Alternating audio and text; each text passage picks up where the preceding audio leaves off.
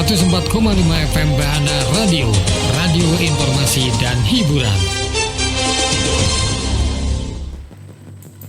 Sobat Bahana, sebuah rumah impian ternyata membawa malapetaka. Sobat Bahana, film horor Indonesia kembali hadir dengan cerita baru yang tentu saja dijamin menegangkan. Di balik pintu kematian yang mengangkat kisah seram dari sebuah rumah impian yang justru ini membawa malapetaka, Sobat Bahana. Kehadirannya siap ya membuat bulu kuduk jadi merinding dengan konflik manusiawi dan juga kengerian mistis. Sobat Bahana, film ini tidak hanya menampilkan horor sekedar jumpscare aja, tapi juga kisah kehidupan para masyarakat yang dekat dengan isu sosial gitu. Dengan atmosfer yang mencekam, cerita film ini diramu nih Sobat Bahana menjadi tontonan yang berbeda gitu.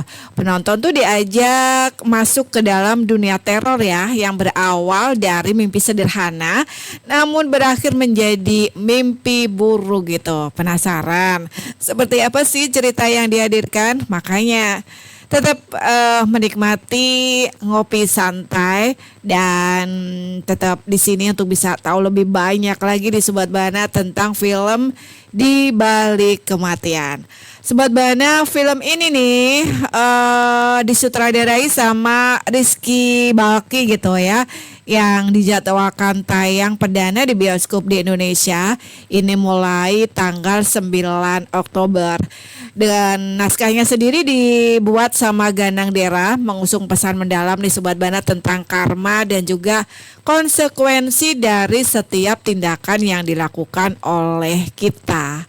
Sobat Bahana, mengangkat genre horor psikologis ya. Di balik pintu kematian ini tidak hanya menyuguhkan ketegangan saja, tetapi juga sebuah refleksi moral gitu.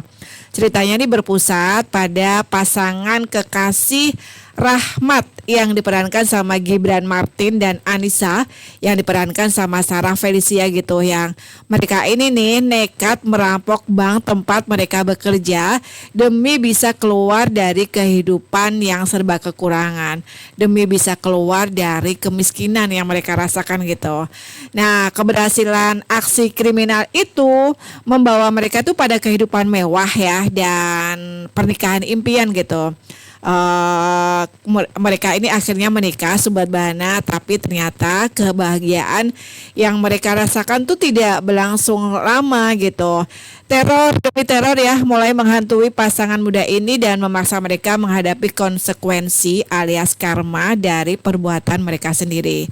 Sobat Bahana, setelah menikah, mereka ini akhirnya membeli sebuah rumah untuk bisa mencoba gitu memulai hidup baru di sebuah rumah impian yang ada di desa gitu. Awalnya rumah itu tampak sempurna dan penuh kebahagiaan ya. Namun suasana itu berubah mencekam ketika mereka ini menemukan sebuah pintu misterius yang selalu terkunci rapat di rumah itu.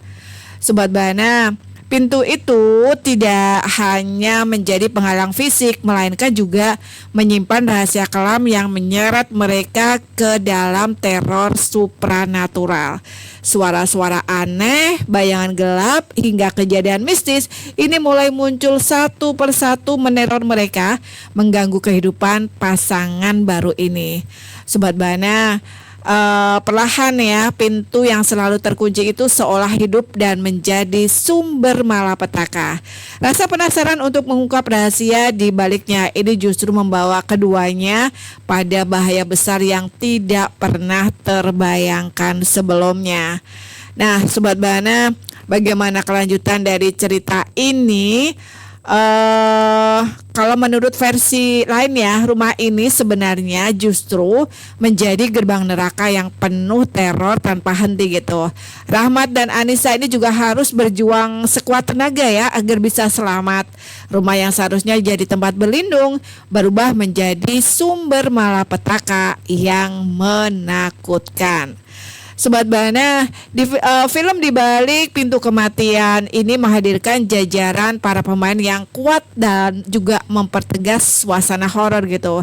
Setiap karakter ini diberikan porsi yang penting ya, sehingga konflik dan terornya tuh terasa semakin nyata gitu.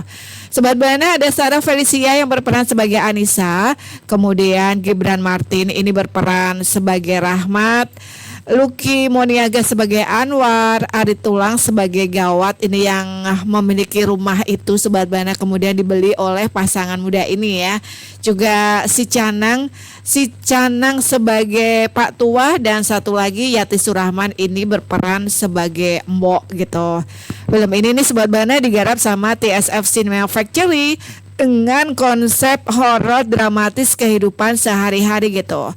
Ceritanya tuh dirancang biar bisa deket ya dengan realitas sosial sehingga terornya terasa lebih membumi lagi gitu.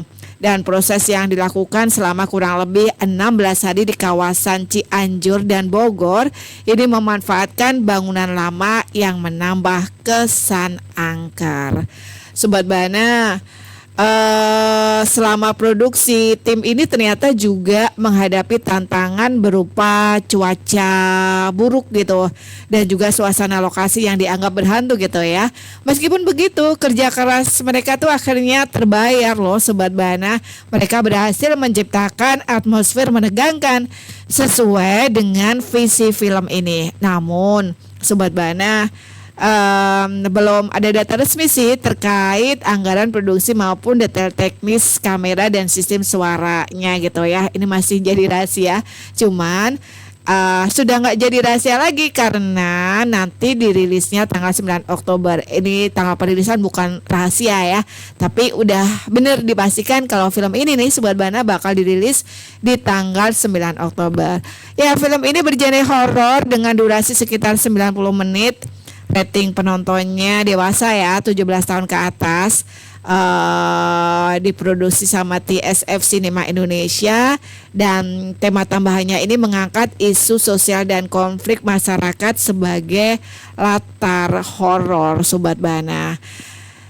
Oke, yang mau banget tahu ending gimana sih yang bakal disuguhkan dalam film di balik Pintu Kematian ini Sobat Bana, jangan lupa film ini bakal tayang perdana di tanggal 9 Oktober.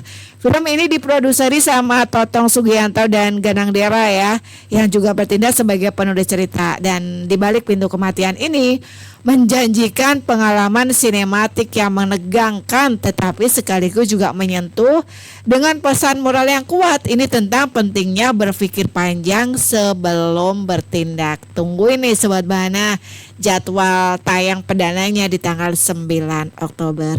Oh ya Sobat Bana, kalau mau kasih saran, kritik, masukan boleh banget, kita tunggu komennya atau bisa langsung hubungi kita di 08563 454545.